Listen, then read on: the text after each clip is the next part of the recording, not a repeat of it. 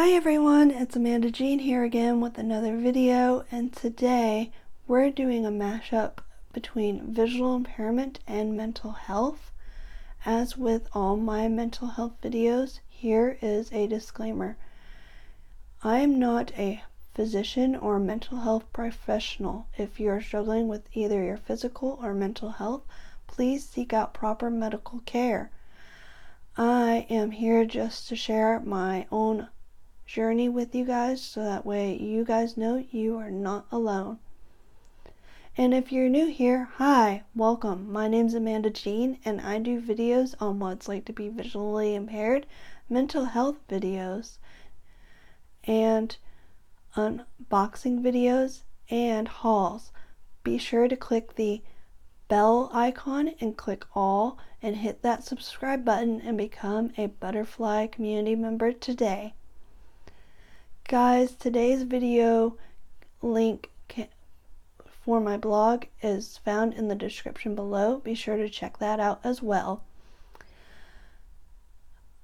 For people in November, they normally talk about what they're thankful for. For me, I'm thankful for several different things. My grandfather, my dog, the technology I have, but I'm also thankful for the vision that I do have. I did not get here to the acceptance stage overnight. It was a journey. And today I'm going to talk about a little bit about that process. And according to Novi, a counseling center, Getting Joys Back into Life, their blog post, Grieving a Disability, there are 5 stages to grieving a disability, and that is denial, bereavement, anger, depression, and acceptance. And for me, I went through several different stages of that grieving process at different stages of my life, and that's okay. When I first met my best friend back in 2009, she saw me go through the anger stage. I was very, very angry and upset over being visually impaired and the fact that I was learning different technologies such as Zoom Text and Kurzweil, and I was going to the rehabilitation center to learn skills like cooking, cleaning, and how to use a white cane.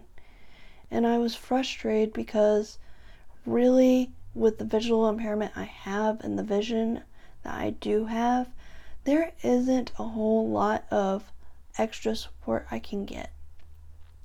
And during the anger phase that I was feeling, I used to tell my best friend, who's totally blind, she has no sight at all, I used to turn to her and say, boy, I really wish I could lose all my vision. That way I could get a guide dog and get more support. And she used to be kind and firm with me and say, Amanda, you really, really need to be thankful for what you do have. And I was just so angry. And I used to talk to my orientation mobility specialist about it. And one day she decided to bring what I was saying kind of into reality. And that was, she put a blindfold on me and she had me do several different tasks during the day. She had me go down to the cafeteria and pick out food and walk back to my dorm. She had me brush my teeth. She had me comb my hair. She had me pick out an outfit, etc. And then towards the end of the lesson, she did, of course, allow me to take off the blindfold. And that's when I realized, hey, I get my sight back. Or at least the vision that I do have. And I turned to my O&M instructor and I said to her, how does my best friend who's totally blind do this every day? And she makes it look so natural and so easy. For me, I found that a lot of the tasks my O&M teacher had me do, it was frustrating to complete. It really was. And my teacher's answer was simple. It was through training. But mainly, my teacher said, why don't you go talk to your best friend about it?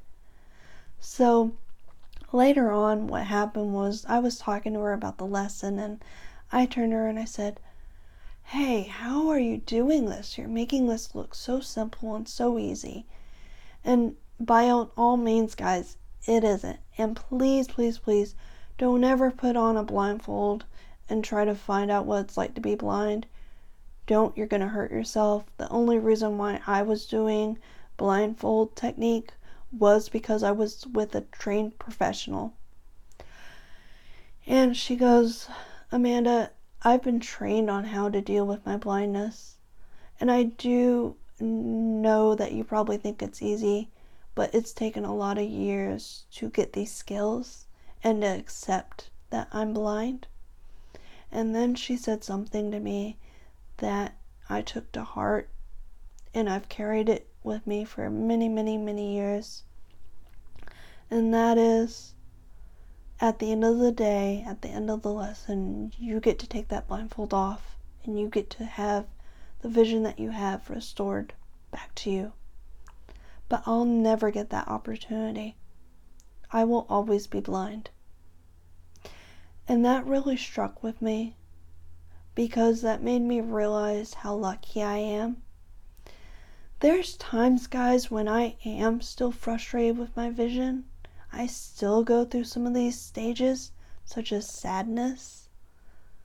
Like, for example, when the paratransit doesn't come and pick me up, and then I miss an appointment. I'm sad that I can't drive, and I never will. And guys, there was a time when I was going through the bargaining phase, when I was saying, if I wasn't like this way, God, then guess what? I would have a car. I would probably be in the middle of a great career. Who knows? Maybe I would be married and have children of my own. But the fact is, guys, I can't change that I'm physically disabled because of my vision and other disabilities.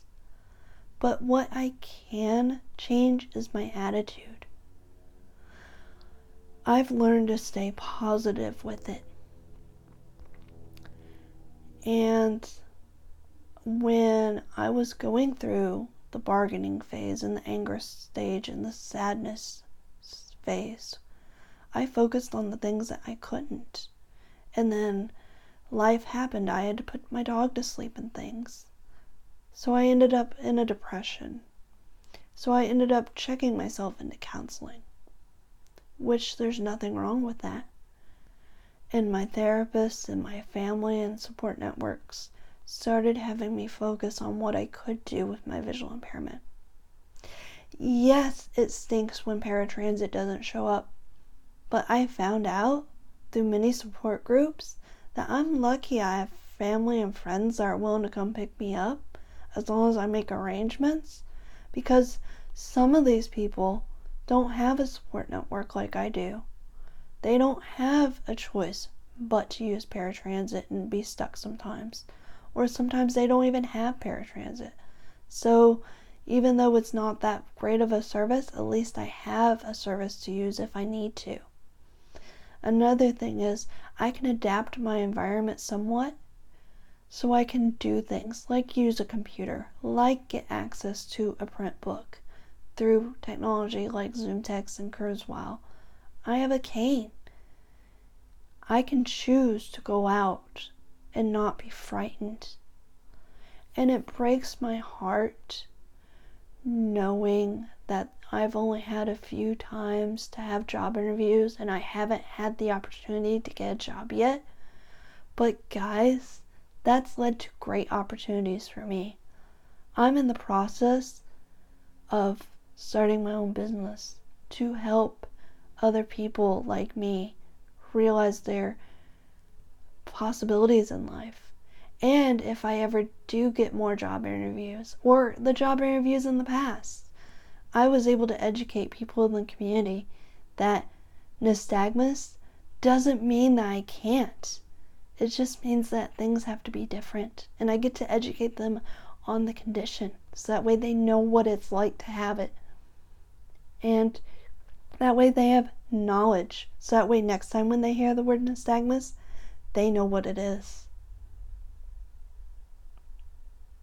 It breaks my heart hearing parents say, my child's life's over. It isn't over, guys. It doesn't have to be over for your child or you as a parent. It's about having positive attitudes and outlooks and deciding that, yeah, we can adapt this for my child or that or whatever it may be. And then finding strength within weakness and building on it.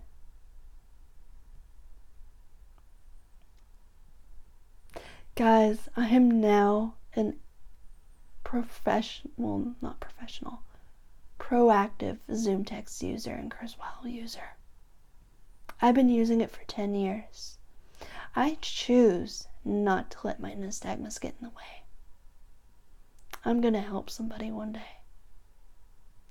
I'm happy and confident in the woman I'm becoming. And that's important. Guys, if you want more information, just like what I shared today, know I'm writing a book. And when it comes out, I'll link it. And please be sure to pick up your copy. Guys, remember, butterflies, you can. Stay positive and fly high. Leave me a comment that you like this. Give it a thumbs up and share it with your friends. And I'll see you guys again soon. Bye.